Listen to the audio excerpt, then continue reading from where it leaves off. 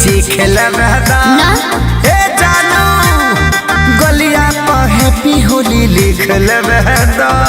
पाना पर लिखल गाल पे ना लिखल जाला।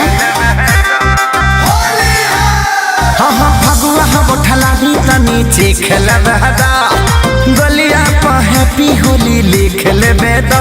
नहीं मिली बीपी हो जाई लो पुआ खो चुम्मा मिली ना रे जो। पुआ खो चुम्मा मिली ना रे जो। और कुछ ना देबे ना रे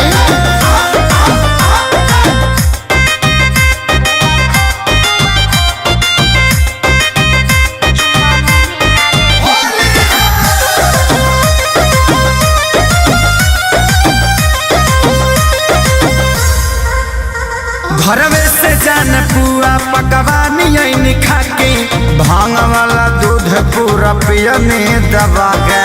ऐसन बौराइल बड़ो नशा में पबे बघाई दूर तनी हटो ना बाबा नहीं। खेता तारू जैसे गो करो ना गो बस पुआ खो चुम्मा मिली ना रे जो। पुआ खो चुम्मा मिली ना रे जो।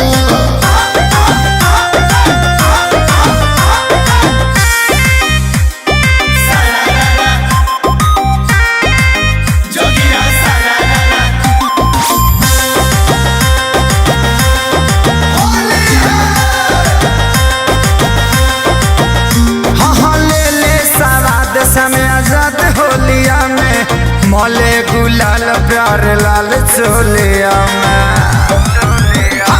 ओ लोग के लभर बड़ी फिरी तोहरा